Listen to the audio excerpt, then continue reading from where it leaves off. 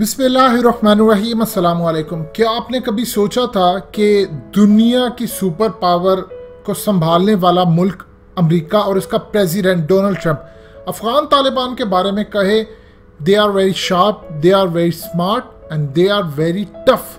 क्या ऐसी सूरत हाल पेश आए तो आप सोचिए 19 साल बाद ऑफिशियली 2200 अरब डॉलर्स और अनऑफिशियली कोई 4 से 5,000 अरब डॉलर्स के करीब ये खर्च करने वाले आज कहते हैं कि अफ़गान तालिबान इतने मुश्किल है उनसे डील करना। ये बहुत शार्प हैं, तेज़ हैं, समझदार है और ये बहुत ही डिफ़िकल्ट है कि दुनिया के सुपर पावर उनसे डील करे, लेकिन हम कोशिश करें अच्छी तरह डील करने की। आपको क्लिप आगे चल के पूरी तरह सुनवाते हैं ट्रंप ने क्या कहा।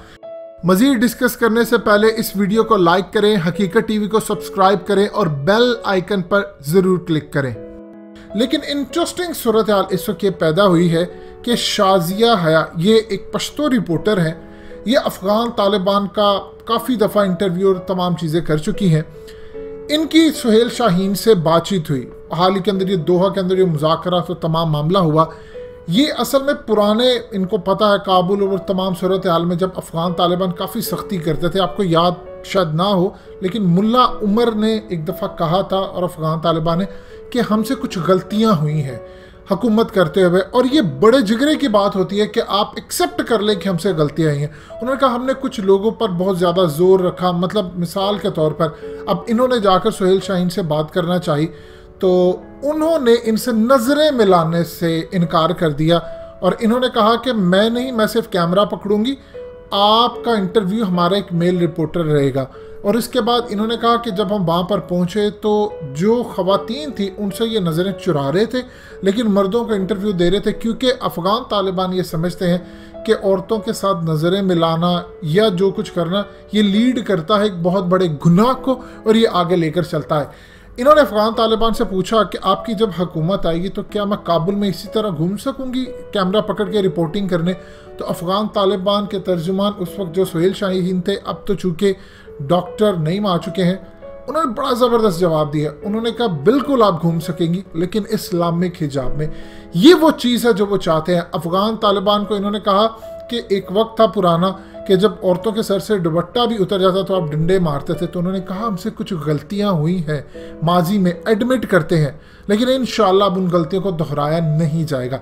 ये इतने ज़र्फ की बात है कि उन्होंने कहा कि हम आपसे नज़रें नहीं मिलाना चाहते। ज़रा ये आपकी स्क्रीन पर जो मनाजिर चल रहे हैं इनको गौर से देखिए। ये अफ़गान तालिबान के तर्जुमान है डॉक्टर नईम। ये जिस लेडी से गुफ्तगू कर रहे हैं, इन्होंने पूरी गुफ्तगू के दौरान एक दफ़ा भी नज़र उठाकर इस खातून को नहीं देखा। पूरा इंटरव्यू कंप्लीट हो गया।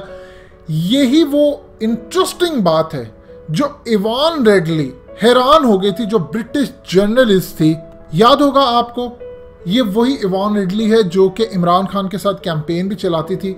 ये अफ़गानिस्तान के अंदर अफ़गान तालिबान के ख़िलाफ़ लिखने गई, अफ़गान तालिबान ने इसको कैद कर लिया और उन्होंने इसके साथ वो बर्ताव किया, इसको कुरान मजीद दिया भी पढ़ने के लिए। इसने जब आकर अपनी किताब लिखी तो इसने कहा कि मैं हैरान रह गई थी, वो मेरी तरफ नज़र उठाकर भी नहीं देखते थे।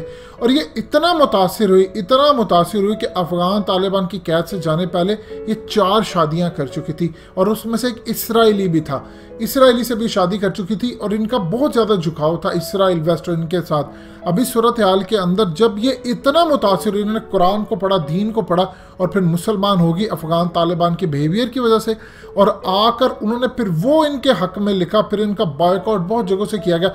ये इसराइल के ख़िलाफ़ लिखती हैं, फ़लस्तीन के हक में लिखती हैं। ये वो बिहेवियर है जो इनको लेकर जाता है। अब शाजिया हया ये कहती हैं कि अफ़गान तालिबान हमें कहते हैं कि जब इनसे मुलाकात हुई कि हम कोई कातिल नहीं है, आपसे तो तारुफ इसीलिए करवाया गया होगा दुनिया ने कि हम ये हैं वो है, लेकिन हम लोग ऐसे नहीं हैं। वो कहती है जब मैंने उनसे बातचीत की इन्होंने नज़रें उठाकर मुझको नहीं देखा और मैं बड़ा हैरान रह गई। लेकिन एक और चीज़ अजीबोगरीब है कि अगर मैं दोबारा इनसे मिलूं तो ये मुझे पहचान भी ना सके। मैंने इनसे पूछा कि ख़वातीन आपके साथ के इतने बड़ा जो आपके मुज़ाकरात हो रहे उसमें नहीं आ रही, तो अफ़गान तालिबान ने कहा बिल्कुल है, सारे अमल में है, लेकिन सबसे ज़्यादा इंटरेस्टिंग सूरत हाल ये है कि वो मंजर आम पर नहीं आती, पर्दे के पीछे है। अब अफ़गान तालिबान ने कहा कि माजी के अंदर उनसे कुछ गलतियां हुई, अब क्या ये करने जा रहे हैं। अफ़गान तालिबान का ये कहना है कि देखिए अब हमने जो इस्लाम नाफिज करना है वो टेक्नोलॉजी के बगैर नहीं जा सकते। अब देखिए, जिन इलाकों में इस वक्त अफगान तालिबान ने फतह हासिल कर ली, यानी वो इलाके उन्होंने पूरी तरह कैप्चर कर लिए हैं, उन इलाकों के अंदर वहाँ पर लेडी डॉक्टर्स काम कर रही हैं, कोई साइंटिस्ट बनना चाह रहा है, कोई कुछ कर रहा है, वो किसी को भी नहीं रोक रहे। उन्होंने कहा है कि टेक्नोलॉजी पर काम करें, ख़वातीन ज़्यादा से ज़्यादा तालीम हासिल करें और साइंस को लेते हुए इस्लाम को अरूज तक लेकर जाए। ये वो चीज़ है जो कम्बिनेशन हमें चाहिए, जो आज तक हमारे दिए ही नहीं गया। आप मस्जिदों के अंदर कहते हैं इस्लाम अलग है, अब गांव से किसी मौलवी को लेकर आते हैं, वो बेचारा ऑलरेडी पढ़ा नहीं होता, उसको दीन की समझ ही नहीं है, वो बस आपको ऊपर ऊपर से उसकी जो बातें। अब इसके अंदर मेडिकल साइंस है, नफ्सियात है, इसके अंदर दुनिया की हर चीज़ है, वो बेचारा कैसे समझेगा? उसको समझने के लिए आपको दीन को समझना पड़ेगा, वो आपको मेडिकल साइंस को समझना पड़ेगा, आपको फिजिक्स को समझना पड़ेगा, केमिस्ट्री को, हर शख्स अपनी चीज़ को समझना पड़ेगा, बिजनेस के असूल कुरान मजीद में। तो जब अब ये इकट्ठा करने जा रहे हैं, अब इन्होंने कहा है, देखिए अब इनका जो इशू खड़ा हुआ है वो पहले से बड़ा डिफरेंट है। अफगानिस्तान की जो यूथ है वो 70% अब यूथ बन चुकी है। अब वो इंटरनेट चलाते हैं, टेक्नोलॉजी यूज़ करते हैं, और अफगान तालिबान को भी रियलाइज़ हुआ कि हमने माजी में टेक्नोलॉजी का इस्तेमाल ना करके गलती की।